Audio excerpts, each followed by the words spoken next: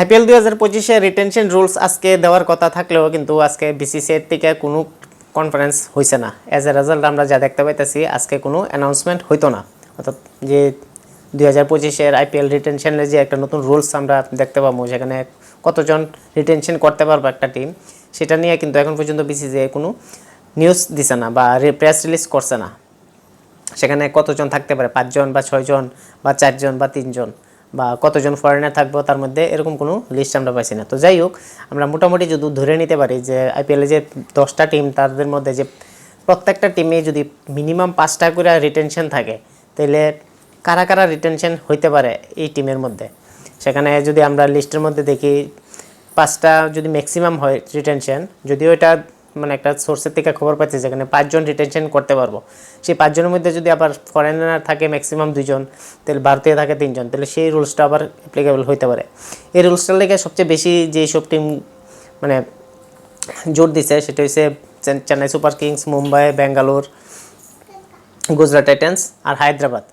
এই টিমগুলি রিটেনশন নিয়ে সেটা একটু বেশি আগ্রহ ছিল, যার ফলে আমরা দেখতে পাইতেছি যে বিসিসিআই তার সঙ্গে একটা মিটিংও করছিল এবং নতুন একটা ডিসিশন করব যেখানে রিটেনশনের রুলসটা প্রেস রিলিজ করে জানাই দিব। বাট আমরা যদি টিম ওয়াইজ সেখানে 50 জন লিস্ট তৈরি করছি, যেখানে ওই টিমের মধ্যে 5 জন করে সেটা 10টা টিমের মধ্যে তার রিটেনশন হইতে পারে। নাম্বার 1 যদি আমরা সিএসকের লিস্ট দেখি, তো সেখানে সিএসকের মধ্যে নাম্বার 1 অ্যাজ ইউজুয়াল আমরা যেটা জানি মহেন্দ্র সিং ধোনি যদি কন্টিনিউ করে এই বছর বা খেলে। আমরা গতবার যা দেখলাম যে হয়তো আইপিএলে লাস্ট ম্যাচ খেলে নিছে, বাট নো ডাউট এবার এটা ধোনির উপর ডিপেন্ড করবো সে কি এবার খেলবো বা খেলতো না 2025-এ। তো যদি খেলে তাহলে নাম্বার 1 এখানে থাকতেছে সিএসকে লেগে Mahendra Singh Dhoni as a retention হিসাবে। নাম্বার 2-তে থাকতেছে ক্যাপ্টেন ঋতুরাজ গায়কোয়াড়।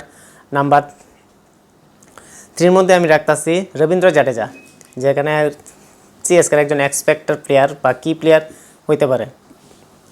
তারপরে শিবম দুবে 4 নম্বরে, এবং 5 নম্বরে আমি দুজনটা দেখতে পাইতেছি, এখানে ডেভন কনবে হয়তো থাকতে পারে, মহেশ পাতিরানা। যদিও আমি মনে করতেছি যে মহেশ কেরিয়া খুব ভালো বল করছে, তো সেদিক থেকে ডেভন কনবের জায়গায় পাতিরানারা হয়তো নিতে পারে। আর যদি ডেভিন কনবে না নেয় তাহলে আবার এদিকে রাচিন রবীন্দ্রকে নিতে পারে, যেহেতু অ্যাজ এ ইয়াংস্টার হিসেবে তারা গ্রুম করতে চাই। টোটাল লিস্ট যেখানে 5 জন রিটেনশন করতে পারে যদি 5 জনের রুলস থাকে, 2 জন ফরেনার এবং 3 জন ইন্ডিয়ান। এবার মুম্বাইয়ের দিকে যদি দেখি, তো মুম্বাইয়ের দিকে কিন্তু এবার বড় একটা আমরা যে খবর যেটা আগের থেকে পাইতেছি, মানে রোহিত শর্মা যে আগের থেকে করেছে যে অকশনে উঠবো, রিটেনশনে থাকবো না।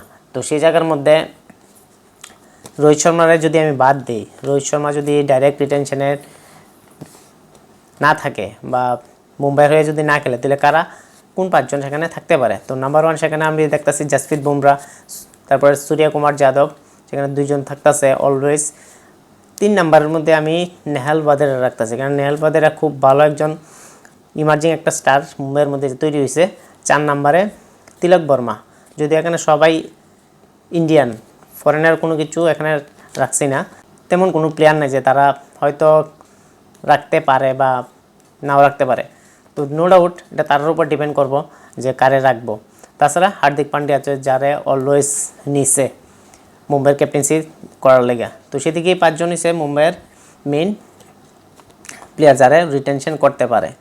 এবার আরসিবির মধ্যে যদি দেখি, আরসিবির মধ্যে হয়তো এবার ফাফ ডু প্লেসিরে রিটেন করতে নাও পারে, কারণ এজ বয়স বেশি, তো সেদিক থেকে বেঙ্গালুর তার নিব কি না নিব এটা একটা কোয়েশ্চেন মার্ক। কিন্তু তাছাড়া বেঙ্গালুরের কিন্তু এই পর্যন্ত আইপিএলের ট্রফি জেতার যে স্বপ্নটা এটা কিন্তু এখন পর্যন্ত পূরণ হয়েছে না। তারা অনেক ক্যাপ্টেন চেঞ্জ করছে, অনেক কিছু ট্রাই করছে, বাট এন্ড অফ দ্য ডেতে কোনো কিছুই না। তারা ম্যাক্সওয়েলের নিচেল টার্গেট করেছে, বাট সেই ম্যাক্সওয়েল কিন্তু গতবার খেলতেই পারছে না।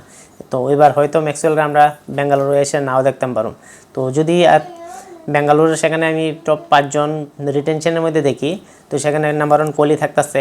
নাম্বার 2-র মধ্যে আমি যদি দেখি তাহলে এজ এ ফরেনার থাকতে হইব, তো সে হয়েছে উইল জ্যাক, যে একটা সেঞ্চুরি করছে লাস্টের 50 যে করছে, এটা আমরা যেটা সব উইল জ্যাক। 3 নম্বরে মোহাম্মদ সিরাজ, 4 নম্বরে রাজত পাতিদার, কেননা লাস্ট সিজন রজত পাতিদার খুব ভালো খেলছে, অর্থাৎ প্রথম দিকে যদিও তেমন একটা ভালো খেলছেন, কিন্তু টুর্নামেন্টের মাঝামাঝি সময় থেকে লাস্ট পর্যন্ত সে এককভাবে আরসিবিরে ভালো একটা স্টার্ট দিয়েছিলাম আমরা যা দেখছিলাম, যেখানে প্রথম দিকে উইকেট পরের পরেও সে কিন্তু রান করতে পারছে, এবং যার ফলে রয়্যাল চ্যালেঞ্জার বেঙ্গলের কিছুটা ফাইট দিতে পারছে। তো সেই হিসেবে রজত পাতিদার একজন ইয়াংস্টার হিসাবে তারা রিটেনশন করতে পারে।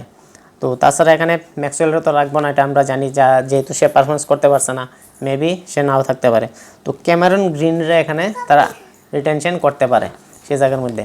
তো এই সেট বেঙ্গালুরের মোটামুটি 5 জন রিটেনশনের একটা লিস্ট।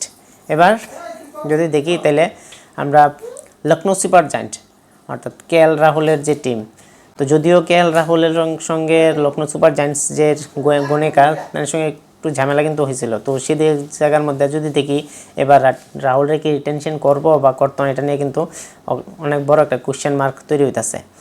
নাম্বার 1 KL রাহুল রাখতেছে, number 2 Marcus Stoinis, number 3 Nicholas Pooran. যে নিকোলাস পুরান গত বছর খুব ভালো খেলছিল কিন্তু লখনৌর হয়েছিল। তাছাড়া মার্কাস স্টোয়নিস আমরা দেখলাম লখনৌরে কীরকম একটা স্টার্ট দিয়েছিল প্রথম দিকের মধ্যে। তো তাছাড়া যদি দেখি ময়ঙ্ক যাদব, যে তার যে মেইন পেসার, লাস্ট ইয়ার যে একজন ইমার্জিং স্টার হিসেবে আমরা দেখতে পাইছি IPL-এর মধ্যে, যদিও সে পরবর্তী সময় ইনজুরি হয়ে গেছিলো। তো সেদিক থেকে খুব সম্ভাবনা আছে ময়ঙ্ক যাদবরে রিটেন করতে পারে স্পিনার রবি বিষ্ণুই। তো সেদিক থেকে এই 5 জন হয়েছে লখনৌ সুপার জায়ান্টসের মেইন রিটেনশন প্লেয়ার থাকতে পারে। SRH এর মধ্যে যদি দেখি, তো অলওয়েজ আমরা চোখ বুঝে কইতে পারি যে SRH এর মধ্যে যে মেইন 2 জন ওপেনার তারা কিন্তু মাস্ট বি রিটেন করতেই পারে এবার, বা 100% করবো, ট্রেভিস হেড আর অভিষেক শর্মা। কারণ তারা 2 জন লাস্ট ইয়ার যেভাবে খেলছে বা যে ইনিংস আমরা দেখতে পাইছি তার থেকে, নো ডাউট তারা সেখানে রিটেনশন হইব। তারা Henry Klaasen, one of the best player আমরা যা জানি, গত বছর ভালো খেলছিল। নীতিশ কুমার রেড্ডি 4 নম্বরের, যে একজন হার্দিক পান্ডিয়ার মতো আমরা একজন বিকল্প অলরাউন্ডার দেখতে পাইতেছি যে এরকম হইতে পারে। তাছাড়া টিন নাটরাজনকে রাখতে পারে অ্যাজ এ বলার হিসাবে। প্যাট কামিন্স লাস্ট ইয়ার তারা ক্যাপ্টেন্সি করছে, তো সেদিক থেকে প্যাট কামিন্স রাখবো কি না এত টাকা দিয়ে, সেটা এটা একটা দেখার বিষয়। তাছাড়া ফরেনার হিসাবে এখানে মার্কাস স্টোয়নিসরা রাখতেছে, তাছাড়া ট্রেভিস হেডরে রাখতেছে। তো সেদিক থেকে এখানে প্যাট কামিন্সের যদি রাখে তাহলে 3 জন হয়ে যাবো যদি এই রুলস আয়ে। তো সেদিক থেকে মনে হয় না প্যাট কামিন্সের তারা এখানে রাখবো যদি ট্রেভিস হেড আর স্টোয়নিসরে এখানে রাখে। গুজরাট টাইটান্স যদিও গত বছর ভালো করছে না শুভমন গিলের নেতৃত্বে, তারপরেও আমরা দেখতে পাই যে শুভমন গিল সেখানে রিটেন থাকবে যে ক্যাপ্টেন হিসাবে। তাছাড়া Sai Sudarshan, one of the classic batsman যদি আমরা কইতে পারি ইন্ডিয়ান ক্রিকেট টিমের মধ্যে ইন ফিউচার হইতে পারে সাই সুদর্শন। ডেভিড মিলার, যে একজন বরাবরই গুজরাটের লেগে ভালো খেলছিল আমরা দেখলাম, তো সেই ডেভিড মিলার রাখতে পারে। তাছাড়া যদি দেখি সেখানে মোহাম্মদ শামি এজ এ বলার হিসেবে, মানে মোহাম্মদ শামিরা কতটুকু ফিট থাকবো বা অ্যাভেলেবেল থাকবো কি না এটি দেখার বিষয়। তাছাড়া 5 নম্বর মধ্যে যদি দেখি তাহলে রাহুল তেবাতিয়া গুজরাটের হয়েছে অনেক ম্যাচ জিতাইছিল, এবং প্রায় রিঙ্কু সিংয়ের মতো খুব এরকম কিছু ক্লোজ ম্যাচ ফিনিশ করছিল গুজরাটের হয়েছিরা। এখানে কেকেআরের টিম যে main mentor Gautam Gambhir already গেছে, এবং আজকে যে খবর পেলাম ডোয়েন ব্রাভো সেখানে নতুন মেন্টর হয়েছে। তো সেই কেকেআর মধ্যে যদি দেখা হয় তাহলে শ্রেয়স আয়ার এজ এ ক্যাপ্টেন এখানে থাকতে পারে, মাস্টবি থাকবই। তাছাড়া 2 নম্বর সুনীল নারায়ণ, কে না তারা রিটেনশন করতে চাইব।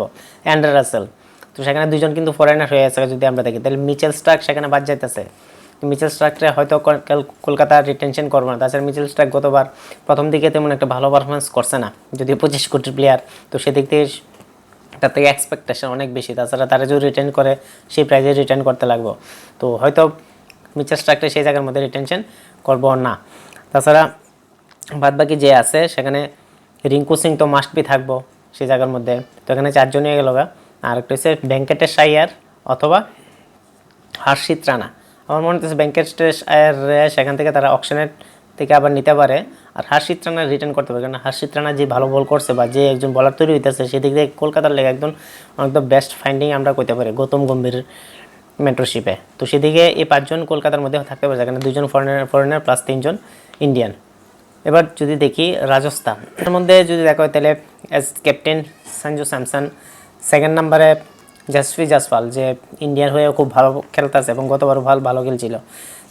3 নম্বরে রিয়ান পরাগ, একজন অলরাউন্ডার, ইন্ডিয়ার একজন ইমার্জিং অলরাউন্ডার হিসেবে উঠাইতেছে।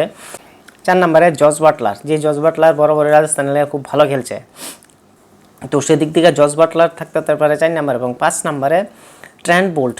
এবার ট্রেন্ট বোল্ট যদি নেয় তাহলে সেখানে 2জন ফরেনার হয়ে যেতেছে। তাছাড়া ইউজবেন্দ্র চাহেল সেখানে রিটেনশনে থাকতেছে না, ধ্রুব জুরেল থাকতেছে না। তো সেদিক থেকে এই 5 জন যদি রাজস্থান নিতে পারে তাহলে তারা টিমের মোটামুটি স্ট্রেন্থটা অনেক ভালো থাকবে এবং তার মোটামুটি যে ব্যাটিং ইউনিটের যে ডেপটা বা বোলিং যে একটা ইউনিটটা যেটা ট্রেন্ট বোল্ট লিড করে সেটা খুব ভালো কিন্তু হতে পারে। এবার যদি দিল্লির রিটেনশনের মধ্যে দেখি তাহলে দিল্লির মধ্যে যে গতবার পন্টিংয়ের নেতৃত্বে বা পন্টিংয়ের মেন্টরশিপে বা গাঙ্গুলি তত্ত্বাবধানে খুব ভালো একটা করছিল মাঝামাঝি সময়, কিন্তু পরবর্তী সময় সেমন একটা পারফরমেন্স করতে পারতেছে না।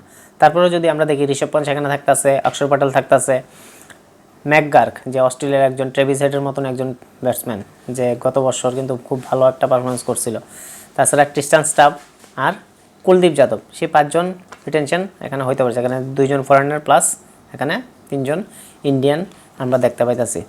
লাস্ট টিম যে এসে পাঞ্জাবের মধ্যে এবার যে একটা চেঞ্জেস দেখলাম, তাদের মেন্টর চেঞ্জ হয়ে গেছে, অর্থাৎ রিকি পন্টিং যে গতবার দিল্লিতে আসলো সে এবার পাঞ্জাবের হয়েছে মেন্টরশিপ করব।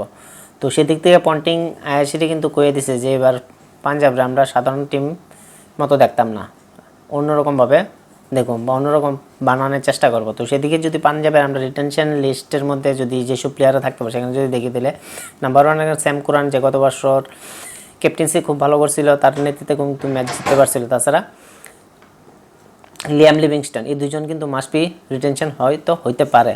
তাছাড়া হরদীপ সিং যে পাঞ্জাবের একজন দারুণ একজন বলার রিটেনশন করতে পারে তারে, এবং আশুতোষ শর্মা পাঞ্জাবের হয়ে সেরা বাদশা সাং, এই 2 জন খুব ভালো ম্যাচ জিতাইছিল। আমরা যে দেখলাম সে একটা দুইটা না কয়েকটা ম্যাচে এরকম জিতাইছিল। তো সেদিক থেকে সেখানে তাদের রিটার্ন করতে পারে এগুলি। যদি তারা স্যাম কুরান আর লিভিংস্টোনে যদি রিটার্ন করে তাহলে কিন্তু রাব্বাডা এখানে থাকতো না, যদি 2 জন ফরেনার রেস্ট্রিকশন থাকে। তো সেদিক থেকে রাব্বাডা এখানে রিলিজ করতে লাগবো।